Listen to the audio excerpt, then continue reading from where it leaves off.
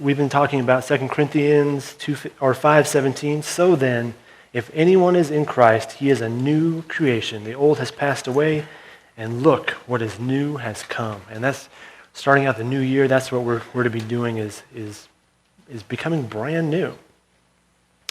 So this week we're talking about new loyalty, and one of the verses that Pastor wanted us to start with was Romans 12:1-2. Therefore I exhort you, brothers and sisters, by the mercies of God, to present your bodies as a sacrifice, alive, holy, and pleasing to God, which is your reasonable service. Do not be conformed to this present world, but be transformed by the renewing of your mind, so that you may test and approve what is the will of God, what is good and well-pleasing and perfect. So looking at our lives, we're to live in a new way, with a new look that he talked about last time, and a new attitude, and an attitude of sacrifice and service. And as looking at that, since it's a new year, it's also become kind of a renewal, or it has a chance to become a renewal for each one of us. So like I said, the topic today is loyalty.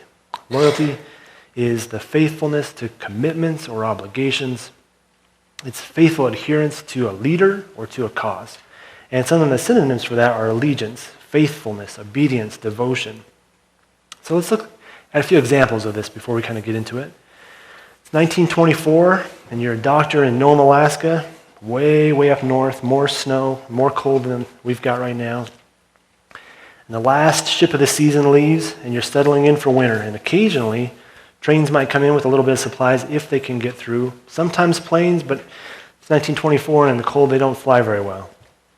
Shortly after the last boat leaves, you have this kid come into your office with a sore throat. No big deal, right? Sore throat, see him all the time. But the kid's an Alaskan native, and he dies the next morning. Now it's late December, and suddenly there's another dead child. And you realize that this sore throat's not just any old sore throat, it's diphtheria. And the antitoxin that you had is all expired. You don't have any way to save the rest of Nome. You realize you're in trouble. So you're a doctor, you're all alone in the frozen north, and you're facing something that can spread like wildfire. And 1924, your mind's still thinking, 1918, influenza killed 11 million people. So it's like, man, I got to get on top of this because people could die. So a telegram gets out to Juneau, and then it makes it all the way to D.C., and they do what they can to start rounding up antitoxin. They kind of scour the West Coast, try and get it up to Seattle, and they take what they can find, and there's little tiny vials of antitoxin, and they put it all into a nice little bundle, and they wrap it around with blankets, and they put a metal container around it just to get it protected, but you can't fly. Nearest train's 100 miles away, waterways are frozen, and it's 630 miles to Nome, and all you've got is a dog sled. So this trek usually takes about 30 days. It's the middle of winter, it's 50 below, and you have blizzard conditions, and the first driver gets to the drop point, and parts of his face are black with frostbite. He started with 9 dogs, and by the time he gets to the first relay station, 3 of them are dead. So where's your loyalty in this? As a doctor, you're icebound, you're trying to stave off an epidemic. He's trying to keep kids alive. He's hoping that adults also don't get this. He's hoping he doesn't get it himself. When, if you look at history, a lot of times doctors, nurses, they get sick from their patients, and they have just as much a chance as dying as well. And how about the dog sled runners? They've got to carry this serum. They race all the time with their dogs. They're more loyal to the dogs than some of these kids that they've never known. So where's their loyalty? Most of these kids, they're never going to meet them. But in the end, the death toll is only 5, maybe 6, maybe 7. They're not sure, but it's probably over 100 if you count the native camps outside the city. But with this big push, they got the serum there in less than 5 days, or a little over 5 days, with not a single one of those little glass ampules broken. So if you think about loyalty, it's to a cause or an obligation or a challenge, but really in the end it needs to be to your master. So why do we even need to be loyal? Why try some of these times? Some of these big challenges, why do we even bother? Romans says this, therefore I exhort you, brothers and sisters, by the mercies of God, to present your bodies as a sacrifice, alive, holy, and pleasing to God, which is your reasonable service. We're to be a living sacrifice. And that's what it comes down to in this Christian walk, is that it comes down to sacrifice. And sacrifice, that's a hard, hard word that we each need to start walking out in our lives. So what compels a doctor to stay and treat someone when they're sick? Or someone like a dog sled musher to step out in a blizzard in the middle of the Alaskan cold and run for over 200 miles? Or even the real hero, I mean, you've heard the story of Balto, but the real hero is actually the dog that ran most of the way, was named Togo. This is a dog that's 12 years old. Where's his loyalty at? To his master? At a 12-year-old dog, he would just as soon, I'm sure, curl up by a fire and not worry about going back outside. And how about yourself? You want to step out on a nice cold night, you might be thinking about sacrificing your finger or the end of your nose. Where does it come down to? It all comes down to thinking about how we respond to our master. 2 Samuel says this, 23 and 15. David was thirsty and said, "How I wish someone would give me some water to drink from the cistern in Bethlehem near the gate." So the 3 elite warriors broke through the Philistine forces and drew some water from the cistern in Bethlehem near the gate, and they carried it back to David. But realizing the sacrifice, he refused to drink it, and he poured it out as a drink offering to the Lord. We make little comments like that all day long, or at least I do. Man, I wish I had a cheeseburger. Or, I wish I was on a beach in Thailand right now. Or, I wish I had a Snickers latte with a double shot of caffeine and some real big box of maple donuts. But how many of us are ready to belt on our sword and break through the enemy forces that surround you, surround them, just to get someone that you love what their favorite drink of water? We, and I mean I come to the Lord all the time with my needs. I come for my provision, my whiny little wants all day long. But what he's asking for us is that provision of strength that he blesses me with, I'm supposed to go out and do something with it for others. I come for my needs, and I come, and he tells me to serve. And I ask for a different job, and he tells me to be faithful where I am. And I need, and I need, and I need. And he tells me to follow and be an example and to serve and to sacrifice. So if you're thinking that a Christian life is easy, it's a sacrifice. Just look at the example of Christ. He was sent to live as a sacrifice, and he did it completely. So looking at Christ, let's look a little bit more at David, because sometimes we tend to look at Christ as this wonderful example, and he's just so amazing that a lot of times I can never do that. But David, he had his own problems, so sometimes he's a little bit more, well, maybe I can be a little bit like David at least. David's a great example of loyalty. He's devoted to the word. Look at 119. To think every action of how is this from the Lord. I mean, that's his mindset. Everything comes from the Lord. And even though his actions sometimes don't quite live up to what we are supposed to be thinking of, he thinks about it each step as this is going to be glorifying God, glorifying God. If you look at Psalm 119, my soul faints for your salvation, but I hope in your word. My eyes fail from searching your word, saying, when will you comfort me? For I have come like a wineskin in smoke, and yet I do not forget your statutes. I mean, he's just so hungry, so thirsty for the word. But where does that come from? Where does such loyalty to the Lord or the word come from? Is it from what's been done for you? David could have looked at things like, I killed the lion, I killed the bear, I killed Goliath, I killed hundreds of Philistines.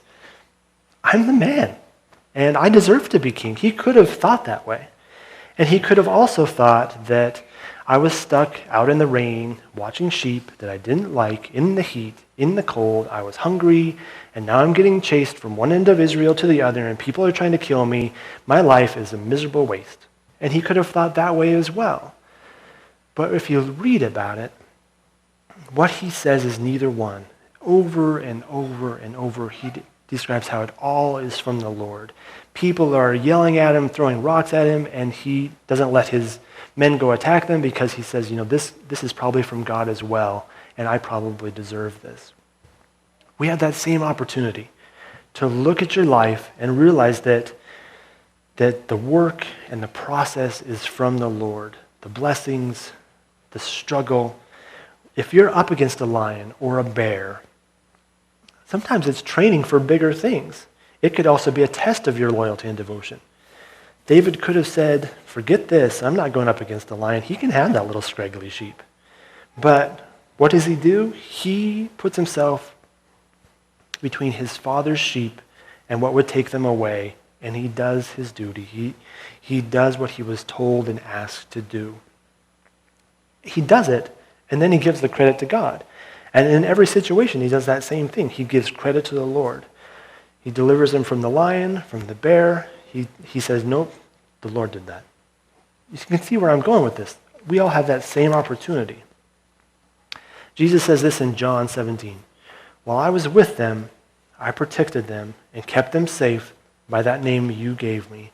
None has been lost except the one doomed to destruction, so the scripture would be fulfilled.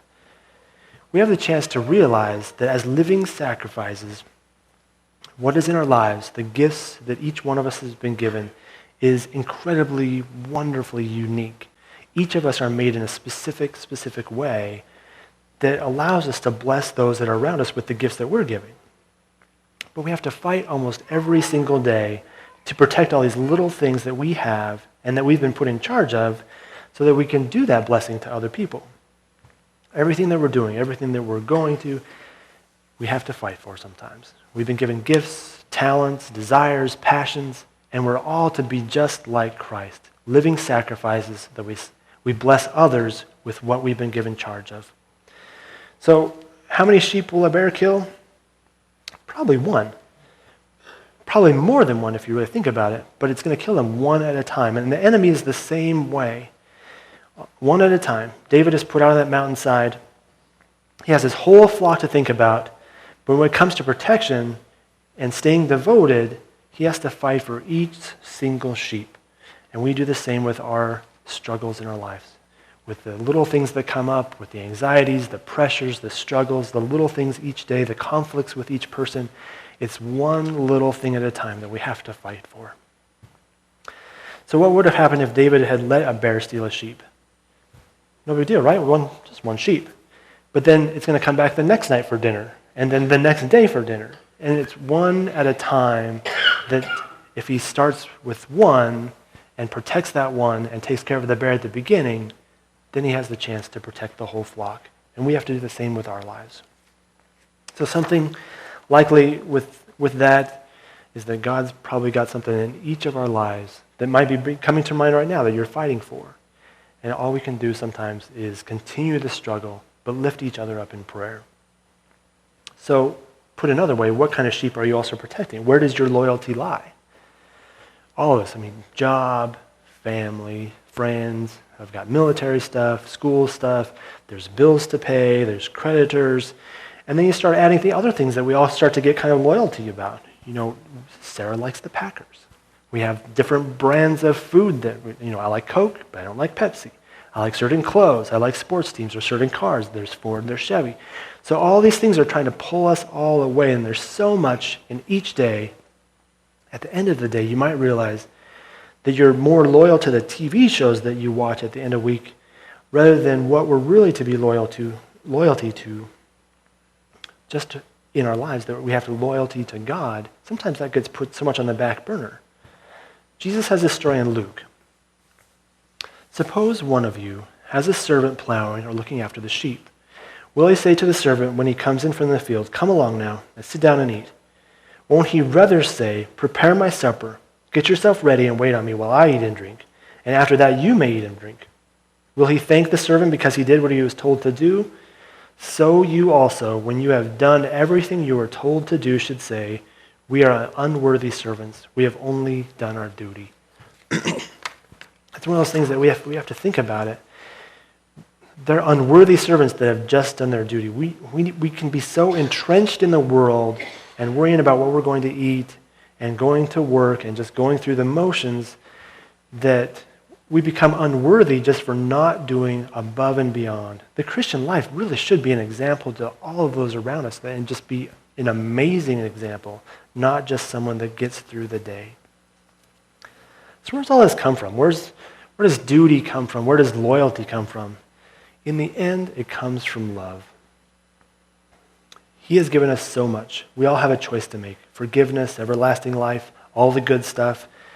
But it can also be from fear. It can be from, I don't want to go to everlasting fire and torment.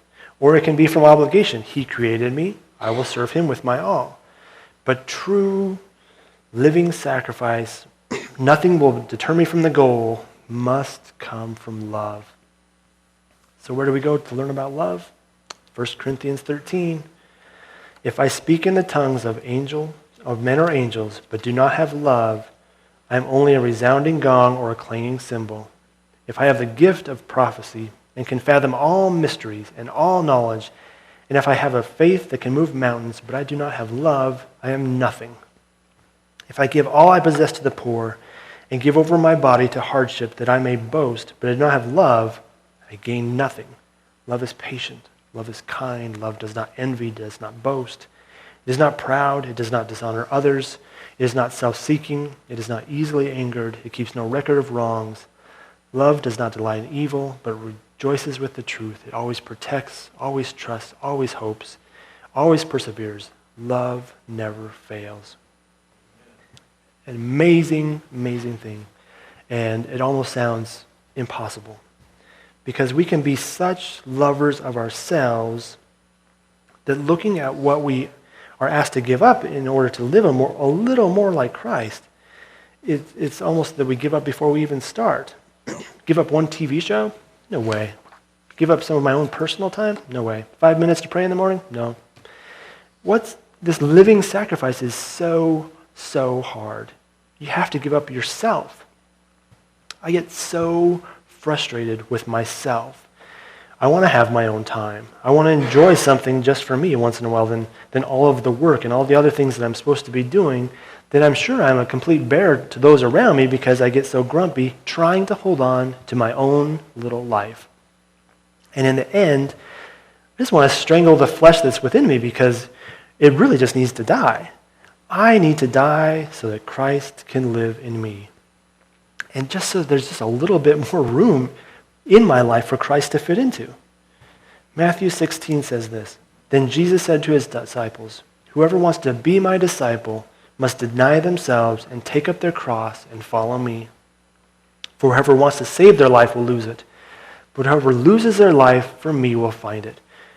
What good will it be for someone to gain the whole world yet forfeit their soul? And what can anyone give in exchange for their soul? I have to keep reminding myself that saving my miserable little life is losing it. What good is it to hold on to things that we worry about?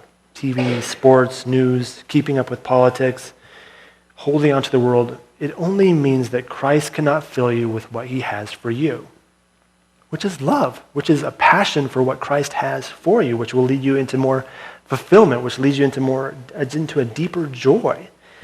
It's a love for those around you, and how you act and live your life impacts them, and it impacts those around you, and those that you're supposed to be a blessing to. It points them towards an amazing God, and if it's giving your life, it means by doing that, it gives your life meaning and purpose. It's pretty hard to point to an amazing God when your whole life revolves around you, and the things of you, and just your struggles, and everything that's the world. And pretty soon, if you're living that way, you look around and you realize, someone stole all my sheep. What we need to do is we need to show the loyalty back to Christ. So a couple more examples. It's 1527, and you live in Rome, and it just got sacked by the Holy Roman Empire. And the troops, they come in, and they're mercenaries, and they're just going to tear apart the city. And one of the top priorities on their list is the Pope, because there's a big price on his head. So the first thing they're doing is going straight for the basilica. They want to get the Pope, and they want to get all the treasures.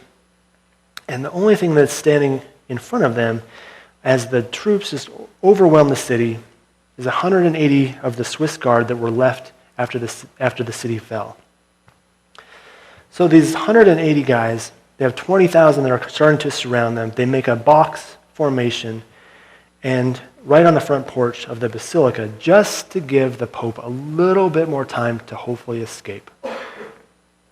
They get attacked, they get almost wiped out, but they last for long enough that Pope Clement actually does make his escape. So do we remember the ones that fell? Not really. Do we remember their loyalty and their devotion and their sacrifice? Not really. All of their entire life, their hopes, their dreams, their wants, desires, all of it wrapped up in their life in just that one little instant of sacrifice so that somebody else that maybe even never acknowledged their existence could live just a little bit longer. Loyalty rarely looks like it's rewarded. It doesn't really look like much fun. If you look at an example from the Bible, Uriah, 2 Samuel. So David sent his word to Joab, "Send me Uriah the Hittite," and Joab sent him to David. And when Uriah came to him, David asked him how Joab was and how the soldiers were and how the war was going. And then David said to Uriah, "Go down to your house, wash your feet." So Uriah left the palace, and a gift from the king was sent after him. But Uriah slept at the entrance of the palace with all his master's servants and did not go down into his house. So he comes from the battle. All his friends are still out there on the front lines. And his wonderful house and his beautiful wife and his nice, warm, cozy bed that's all his is right across the street, but he doesn't go in. He is loyal to those that he is serving with, and they may not even have realized that he made that sacrifice. He gives up what he wants, what the king wants, to uphold his personal integrity. Would his friends ever know? Maybe not. But he does what is right at the cost of his own comfort. And that's another aspect of loyalty.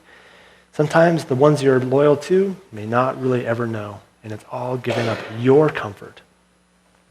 So one last example, and it's 1923, it's Japan, and this is another dog example. So a professor at the University of Tokyo has a dog named Hachiko. And every day his dog greets him at the train station at the end of his workday. But one day his owner dies while he's at work, and he never comes home. But every day for the next 9 years, 9 months, and 15 days, his dog shows up right when he was supposed to get off the train. Every single day. And how is that an example of loyalty? It's so much so that the dog has an annual event where people still come and remember they honor the memory of this dog's loyalty. Loyalty in the Christian life is going all in. It means giving everything up that's of you. And in so doing, it's everything. It's everything that all your little hopes and dreams, all the passions that God may have for you, may at times need to be put aside. Abraham Lincoln says this: "Worse than traitors in arms are the men who pretend loyalty to the flag, feast and fatten on the misfortunes of the nation while patriotic blood is crimsoning the plains of the South and their countrymen moldering the dust." Loyalty in the Christian life is giving everything up, not just what benefits you, but usually when it doesn't benefit you. It may mean being loyal for years with no benefit. It means fighting tooth and nail for what we're called to, even if it's just watching sheep. It may mean giving up all of you, all your hopes and dreams, your time, your talents. It may be your comfort that you have to give up. It might mean the peace within your family that you might have to give up. And all at the cause of loyalty so that somebody else benefits and Christ gets the glory. Loyalty in a Christian is love by being a living sacrifice. So John 12:24 says this: "Truly, truly, I say to you, unless a grain of wheat falls into the earth and dies, it remains alone. But if it dies, it bears much fruit." It's up to us to not pretend loyalty to the Lord, but make a firm decision on it. Decide where your allegiance lies and then live it. Taking up our cross each day. Revelation says this, and I'm going to wrap up here in a second. "Now I say to the rest of you in Thyatira, to you who do not hold to her teaching and have not learned Satan's so-called deep secrets, I will not impose any other burden on you except to hold on to what you have until I come. To the one who is victorious and does my will to the end, I will give authority over the nations.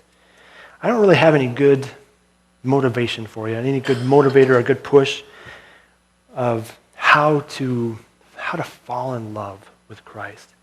It's the songs that we sing, how amazing God is, how everlasting he is, how much and everything all in all that Christ is, sometimes still isn't enough to really sway us to actually fall in love with Christ.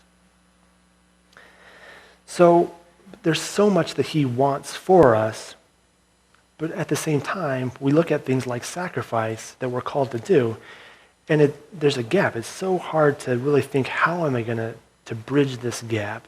How am I going to have a love like that or how can I convince you to have a love like that, to really fall in love with him, to give up everything and be a sacrifice?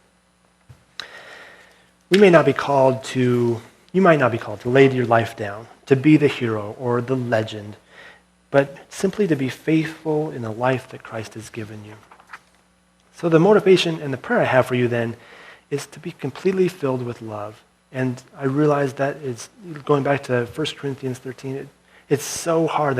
Love is so amazing, but how do you get someone to fall in love? A love that keeps Christ at your forefront of your thoughts every day. Love that causes you to put aside the things that you once filled your life with without a second thought. And a love that puts your neighbor first, or that makes you fight for every sheep of your flock. And a love that, if you were asked, you would even lay your life down. How do you fall in love? I don't have a good answer for you. So all I can say is to start where Christ had his disciples start. All he did was ask them to follow him. Come a little bit closer with me. Spend a little time with me.